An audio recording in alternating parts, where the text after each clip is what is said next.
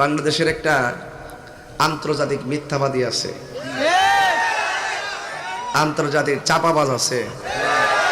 এটা ভারসাম্যহীন এক কাফেলা। এর নাম হইল আমির হামজা। সে বলতেছে খাদিজাতুল কুবরা রাদিয়াল্লাহু তাআলা আনহা জীবনে কোনোদিন নামাজ পড়ে নাই। এই যে সাইদাস কইলে নাউজুবিল্লাহ মুক্তা দেয় না, এই নাউজুবিল্লাহ মুক্তা আসে না। মা খাদিজাতুল কুবরা কি নামাজ পড়ছে না? সে বলতেছে রোজা রাখে নাই। এমনকি খাদিজাতুল কুবরা রাদিয়াল্লাহু তাআলা আনহা জীবনে পর্দা করে নাই। খাদিজা জীবনে একটা ওয়াক্ত নামাজ পড়েনি, এক ওয়াক্ত নামাজ পড়ে, একটা রোজা রাখেনি, জীবনে একদিনের জন্য পর্দায় থাকেনি। বলেন, তার পুরা জীবন আমি পড়ে দেখেছি, জীবনে কোনোদিন তিনি পর্দায় ছিলেন না।